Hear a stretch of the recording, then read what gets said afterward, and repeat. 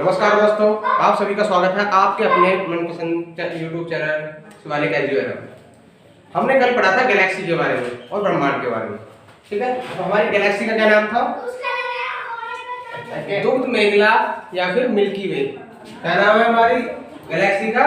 दुग्ध मेघला या फिर मिल्की वे। ठीक है, और इसके नजदीकी एक आकाशगंगा बताया था हमने, एंड्रोमेडा। ठीक है, क्या बताया था? एंड्रोमेडा या देवयानी। ठीक है दोस्तों, एग्जाम में कभी-कभी एग्जामिनर पूछ लेगा कि हमारी आकाशगंगा के सबसे नजदीक वाली आकाशगंगा कौन सी है, क्या नाम है उसका? तो देवयानी या फिर एंड्रोमेडा। और हमारी आकाशगंगा मिल्की वे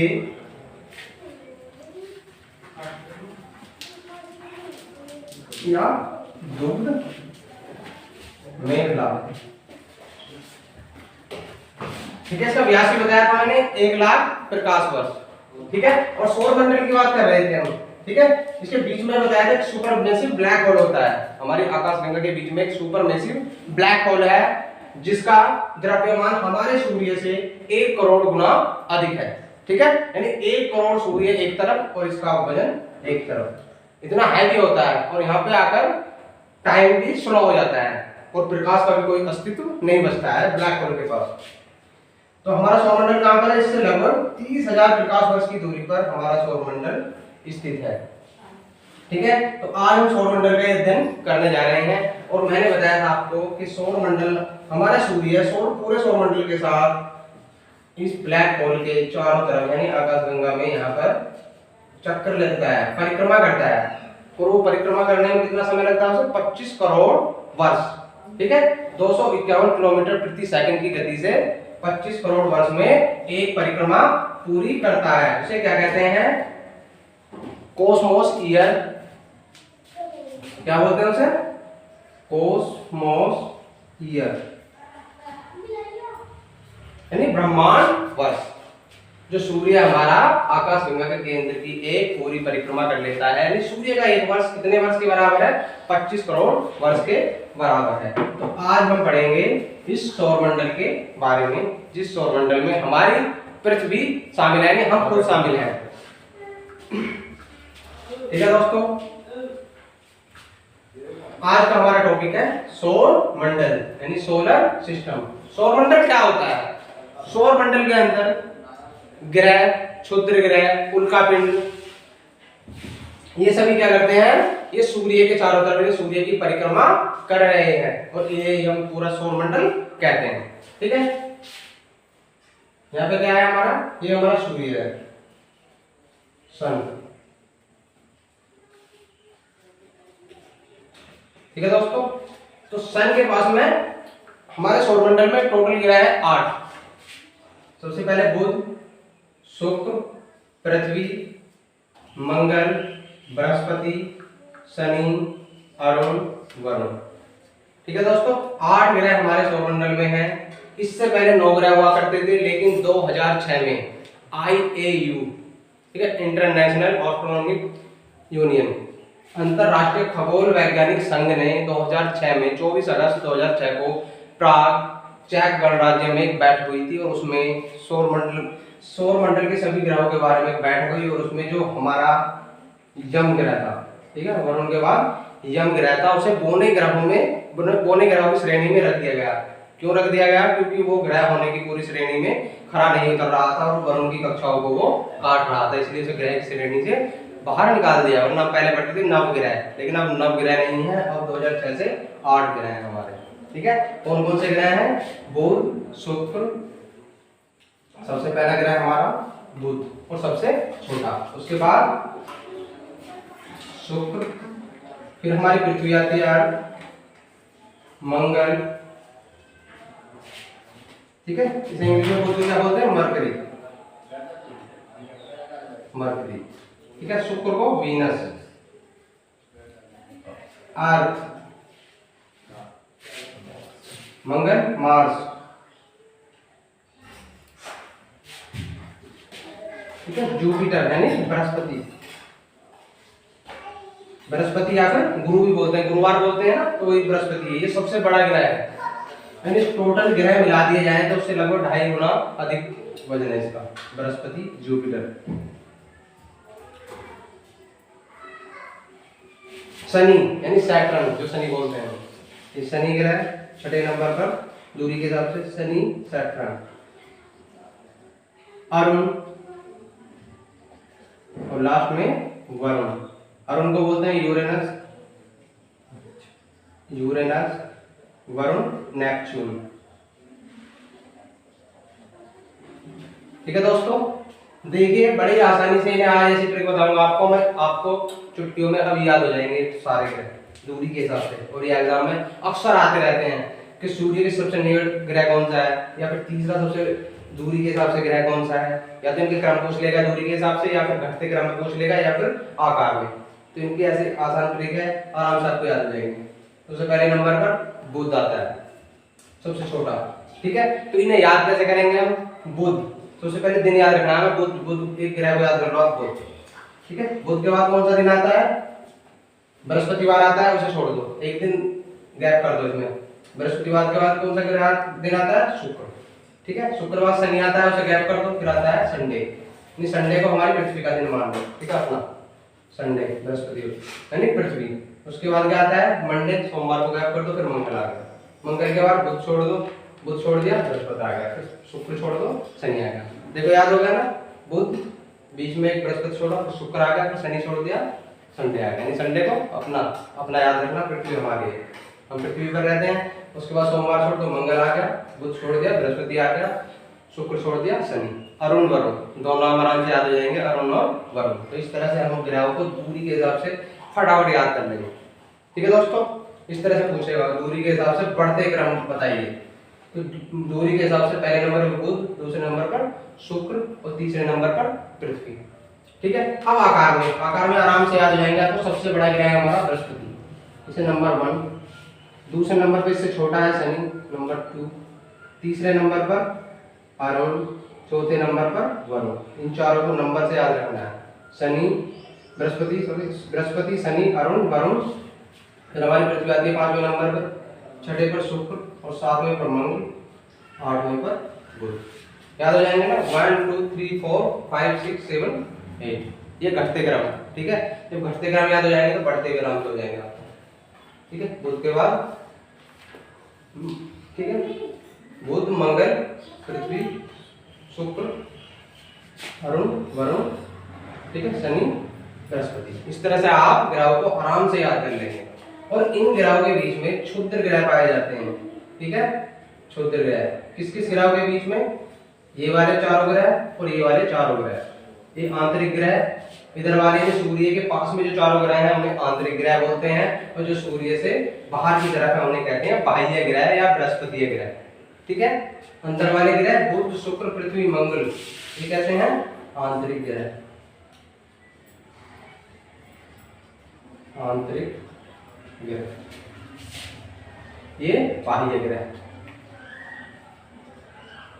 बाह्य ग्रह यानी बाहर की तरफ। और इन दोनों, इन ग्रहों के बीच में, मंगल और बृहस्पति के बीच में छोटे छोटे ग्रहों के टुकड़े टुकड़े चक्कर लगाते रहते हैं इसी बीच में, इसे बोलते हैं क्षुद्र ग्रह पथ। ठीक है, ये क्षुद्र ग्रह पथ बोलते हैं, या फिर इंग्लिश में बोलते हैं asteroid belt, ASTROID, asteroid belt, asteroid belt. ठीक है, ये सारे क्या है? क्षुद्र ग्रह। ठीक है दोस्तों, तो शुरुआत करेंगे हम सन से, फिर एक एक ग्रह के बारे में डीपली पढ़ेंगे। ठीक है, आज हम सन के बारे में पढ़ेंगे, क्योंकि सन के बारे में बहुत सारे क्वेश्चन एग्जाम में पूछे जाते रहते हैं कि सन क्या है, सन किससे मिलकर बना हुआ है, सन में कौन कौन सी गैसें हैं, सन से पृथ्वी की दूरी कितनी है, सन का उत्तरी ध्रुव क्या कहलाता है, दक्षिणी, वो सारा पढ़ेंगे।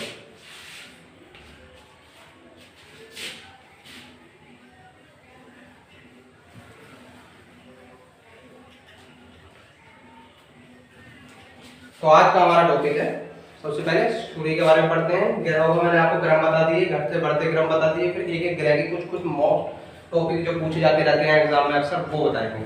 ठीक है,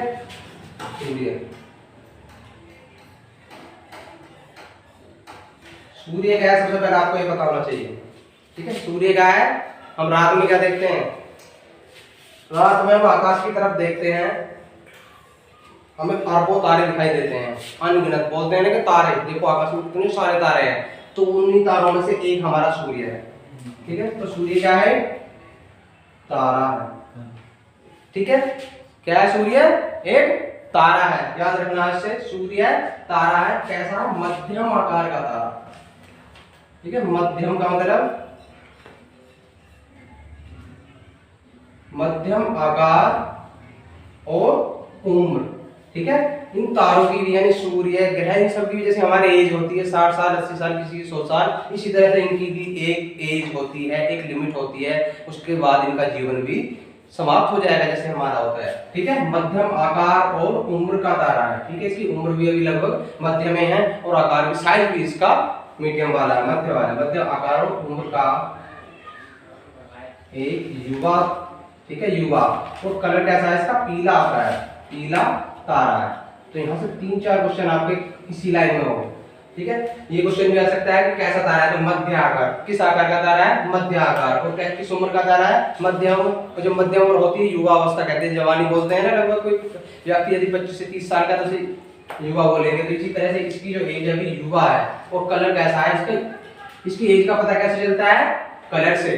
किसी भी तारे की आयु का पता निर्धारण करना था वो उसकी कलर से पता चलता है। तो हमारा तारा कैसा है, सूर्य, हमें लगता है व्हाइट लगता है, कभी लाल लगता है, लेकिन ये पीला तारा है, ठीक है। यदि वैज्ञानिक दृष्टिकोण से इसे देखते हैं तो ये युवा पीला तारा है, जिसकी उम्र, ठीक है, उम्र कितनी है इसकी, सूर्य की उम्र है 4.5 अरब साल, ठीक है, अरब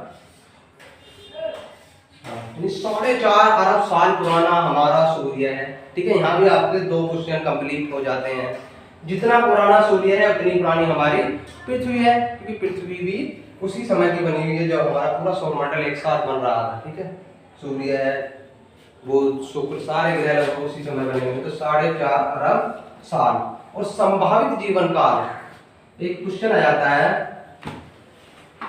संभावित जीवन काल, संभावित का मतलब क्या होता है, लगभग उम्र कितनी है। जैसे हम कहते हैं हमारी उम्र लगभग 80 के आसपास होती है, ठीक है, 60 या 80, किसी की 60 होती है, किसी की 80 वर्ष, इसी तरह से इसकी 10 अरब साल संभावित जीवन काल, ठीक है दोस्तों, 10 अरब साल।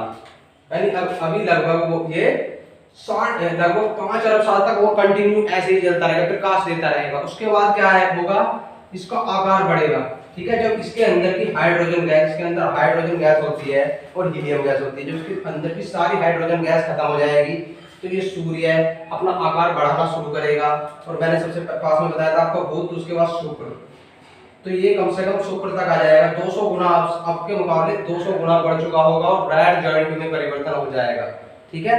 अब तो पीला तारा उस समय पर लाल हो जाएगा, लाल दानव बोलते हैं उसे, जब इसकी उम्र पूरी होने को होगी, यानी कितनी हो जाएगी, 9.5 अरब साल हो जाएगी, आज से 5 अरब साल बाद, तो इतना आकार इसका बढ़ जाएगा और यहाँ तक इन ग्रहों को तो अपनी चपेट में ले ले खत्म कर देगा, लेकिन पृथ्वी पे भी जीवन नहीं बच पाएगा, क्योंकि इतनी गर्मी हो जाएगी, यहाँ पे सब कुछ जीवन खत्म हो चुका होगा। उसके बाद आगे वाले ग्रहों पर शायद जीवन पनप रहा होगा, मंगल या फिर आगे से बृहस्पति वगैरह, ठीक है दोस्तों। तो क्या है, फिर उसके बाद में फिर लास्ट में जब तारा एक तारा नष्ट हो जाता है तो वो ब्लैक होल बन जाता है, ठीक है, ब्लैक होल में चल जाता है, या फिर सुपरनोवा, उसका एक विस्फोट होता है। इस तरह से तारे का एक अंत होता है, ठीक है। थोड़ा सा आगे चलते हैं, संभावित जीवन काल 10 अरब साल होता है इसका। इसके आगे मिश्रण, ठीक है, हमारा सूर्य किसका बना हुआ है, ठीक है,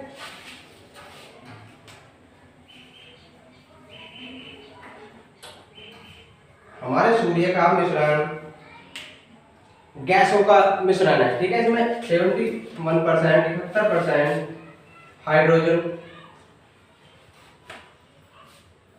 हाइड्रोजन गैस, 26.5% हीलियम, ठीक है दोस्तों, हीलियम गैस, और 2.5% अन्य गैसें हैं, ठीक है। 100% हो गया ना, 71% हाइड्रोजन, 26.5% हीलियम और 2.5% अन्य गैसों का मिश्रण है। ठीक है दोस्तों, हैंस बैथ ने बताया था कि हमारे सूर्य के नाभिक में यानी इसके केंद्र में 4 हाइड्रोजन के नाभिक मिलकर एक हीलियम के नाभिक का निर्माण करते हैं, यानी हाइड्रोजन को हीलियम में कन्वर्ट करते हैं और वही इसका ऊर्जा का स्रोत है। इसीलिए इसकी ऊर्जा का स्रोत क्या है, ये क्वेश्चन आता है कि सूर्य की ऊर्जा का स्रोत क्या है, यानी ऊर्जा कहां से आ रही है, क्या वहां पर कोई चूल्हा जल रहा है, कोई लकड़ी जला रहा है, कोयला जल रहा है। ठीक है, तो नाभिकीय संलयन होता है इसमें। ठीक है, किसका, हाइड्रोजन का हीलियम में। तो क्वेश्चन आता है ऊर्जा का स्रोत क्या, नाभिकीय संलयन।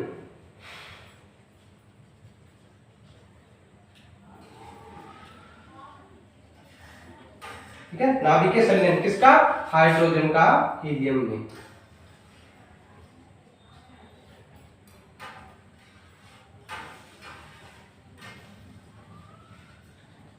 हाइड्रोजन का हीलियम में नाभिकीय संलयन होता है। ठीक है दोस्तों, अब इसके तापमान की बात करते हैं। एक बहुत इंपॉर्टेंट पॉइंट आता है कि सूर्य का तापमान कितना होता है। बहुत अधिक गर्मी होती है ना, सूर्य हमसे करोड़ों किलोमीटर दूर है, 15 करोड़ किलोमीटर दूर है, लेकिन फिर भी हम पृथ्वी पर इसकी इतनी गर्मी महसूस करते हैं कि बार बार पसीना आता है, जैसे मुझे आ रहा है। ठीक है, और क्या होता है कि कहीं कहीं पर तो इतनी गर्मी है कि आप रुक ही नहीं सकते हो वहां पर। ठीक है, जैसे विश्व का सबसे गर्म स्थान कहां पर, अल अजीजिया, लीबिया। ठीक है, लगभग 57 डिग्री सेल्सियस टेम्परेचर रहता है, बिल्कुल ऐसा समझो आग, बहुत ज्यादा गर्मी होती है वहां पे। तो हम आइडिया लगा सकते हैं 15 करोड़ किलोमीटर दूर जब इतनी ज्यादा गर्मी दे रहा है तो वहां पे कितना टेम्परेचर होगा। तो इसके 4 टेम्परेचर हैं। ठीक है, इसके कितने टेम्परेचर होते हैं, 4 टेम्परेचर। एक इसका कोर का टेम्परेचर होता है। ठीक है, मैं थोड़ा सा आपको कोर के बारे में बताना चाहता हूँ। एक गोला लीजिए, उस गोले के यदि हम अंदर घुस जाएं, ठीक है, उसके अंदर के केंद्र में एक तो व्रत होता है गोल, ये बिंदु हो गए, ये तो इसे केंद्र केंद्र बोल देंगे। लेकिन अगर गोला हो, एक गोल ले लो, उसके अंदर चले जाए बीच में, उसके अंदर जो बीच वाला पॉइंट होगा उसे बोलते हैं हम कोर। जैसे हम पृथ्वी के अंदर छेद करते हुए अंदर चले जाएं, ठीक है, तो उसके कोर का तापमान होता है लगभग 1.5 करोड़ डिग्री सेल्सियस। ठीक है, कोर का तापमान, कोर का तापमान 1.5 करोड़ डिग्री सेल्सियस। ठीक है दोस्तों, तो कोर का टेम्परेचर कितना है सूर्य का, 1.5 करोड़ डिग्री सेल्सियस। उसके बाद फिर आता है केंद्र। केंद्र का मतलब है बाहर का, जो सेंट्रल है उसका। केंद्र का ताप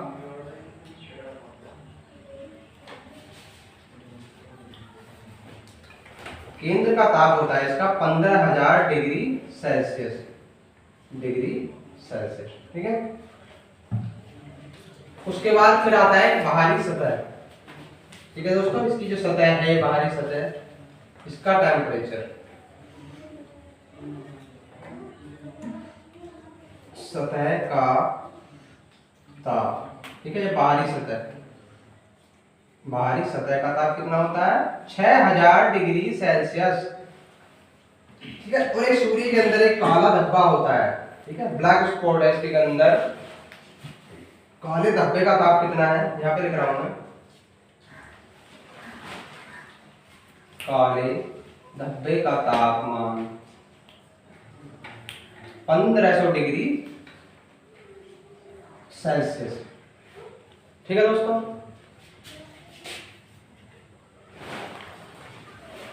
धब्बे का ताप थोड़ा यहाँ पे दिखाई नहीं दे रहा है, तो यहाँ पे लिखता हूँ, सूर्य के काले धब्बे का ताप कितना है, 1500 डिग्री सेल्सियस। ठीक है दोस्तों, तो इस तरह से अभी ये कुछ पॉइंट हुए, थोड़े से पॉइंट, 2-4 पॉइंट और बताऊंगा इसके मुख्य जो एग्जाम में पूछे जाते रहते हैं।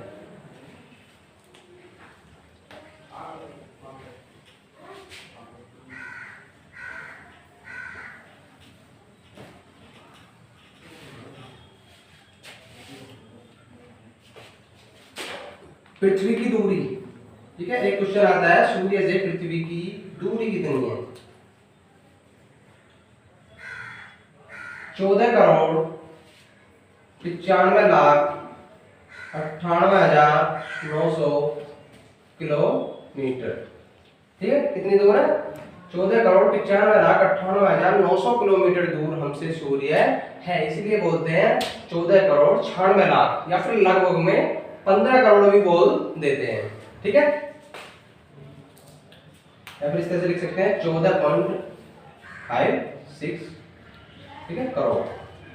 इस तरह से भी आ जाएगा करोड़ किलोमीटर पृथ्वी से सूर्य की दूरी। ठीक है, और दोस्तों इसका घूर्णन काल, ठीक है, ये घूमता भी है ना, अपनी तीरी पे घूमता। मैंने आपको आकाशगंगा के चारों तरफ का इसका काल बताया था 25 करोड़ वर्ष, लेकिन अपनी तीरी पे भी तो घूमता है, तो कितने समय में घूमता है? ये गैसीय गोला है, जिसका बीच का हिस्सा अलग घूमता है और बाहर वाला केंद्र अलग घूमता है। ठीक है, तो बीच वाला इसका हिस्सा है वो 25 दिन में और बाहरी हिस्सा 25 दिन में और बाहरी हिस्सा इसका 35 दिन में घूमता है। ठीक है, तो इसका घूर्णन काल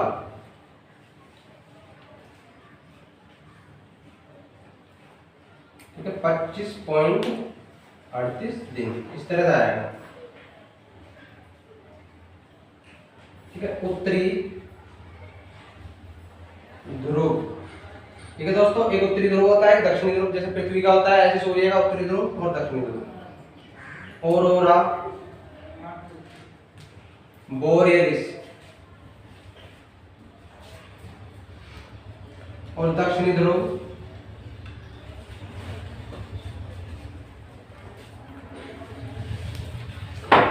ऑरोरा ऑस्ट्रेलिस। Aurora australis. ठीक है दोस्तों, तो ये कुछ पॉइंट है इसके, इन्हें नोट कर लेना और अच्छे से याद करना। ठीक है दोस्तों, तो उत्तरी ध्रुव ऑरोरा बोरियलिस, दक्षिणी ध्रुव ऑरोरा ऑस्ट्रेलिस। ठीक है, और सूर्य ग्रहण के समय जो सूर्य का भाग दिखाई देता है, पूरा सूर्य नहीं दिखाई देता, उसे कहते हैं क्रीप। ठीक है, सूर्य ग्रहण के समय, सूर्य ग्रहण के समय दिखाई देने वाला भाग सूर्य क्रीट या कोरोना। ठीक है, सूर्य क्रीट या कोरोना कहलाता है। ठीक है, ये वाला कोरोना में समझ लेना, कोरोना वायरस नहीं है ये। ठीक है, ये क्या है? कोरोना इसका नाम है, सूर्य क्रीट बोलते हैं। और एक्सरे, एक्सरे उत्सर्जित करता है, इसलिए एक्सरे से देखते हैं उसे, एक्सरे से दिखाई देगा। ठीक है दोस्तों, तो सूर्य के प्रकाश को पृथ्वी तक पहुंचने में कितना समय लगता है? 8 मिनट यानी 8.16 सेकंड, 8.16 मिनट, इस तरह से कहेंगे हम। ठीक है, 8 मिनट 16 सेकंड के समय में सूर्य के प्रकाश को हमारी पृथ्वी तक समय में सूर्य का प्रकाश पृथ्वी तक पहुंचता है। ठीक है दोस्तों, और हमारी पृथ्वी को सूर्य का कितना भाग मिलता है? पूरी सूर्य सौरमंडल में इसकी ऊर्जा फैली हुई है, तो हमारी पृथ्वी के पास में इसका कितना भाग आ रहा है? जैसे सपोज करो 1 किलो गेहूं दी तो 10 लोगों में बांट दी, तो हम कहेंगे 100 ग्राम आ गई। तो ऐसे हमारी पृथ्वी के पास आखिर कितना भाग आता होगा? तो कितना आता है? 2 अरबवां भाग। ठीक है, जो ऊर्जा पूरी दे रहा है सूर्य, उसमें से केवल 2 अरबवां भाग, 2 अरब पार्ट बांट दी जाए उस ऊर्जा के, उसमें से 1 भाग आता है हमारी पृथ्वी के पास, और उसे भी हम पूरा यूज नहीं कर सकते। तो आप सोच सकते हैं कि हमारा सूर्य डेली कितनी ऊर्जा, ठीक है, देता है। अगर उसकी सारी ऊर्जा स्टोर कर ली जाए तो कितनी टेक्नोलॉजी आगे हो जाएगी। ठीक है, और हम उसके द्वारा में भाग को भी संभाल नहीं पाते हैं। तो सूर्य की ऊर्जा का पृथ्वी को सूर्य की ऊर्जा का 2 अरबवां भाग मिलता है। ठीक है दोस्तों, तो इन पॉइंटों को आप अच्छे से नोट कर लेना, याद करना, एग्जाम में अक्सर ये पूछे जाते रहते हैं और मैंने ये पॉइंट को एक जगह से एक बुक से नहीं मिले हैं। ठीक है, आप भी कोशिश करोगे तो आपको एक या 2 बुक में नहीं मिलेंगी, काफी बुकें पढ़ने के बाद में ये कुछ पॉइंट आपके लिए निकाले हैं। ठीक है, इन्हें अच्छे से तैयार करना और इसके बाद में कुछ सौरमंडल के थोड़े से पॉइंट और रह गए सभी ग्रहों के बारे में, कुछ क्वेश्चन हमारे लिए वीडियो में आएंगे जल्दी।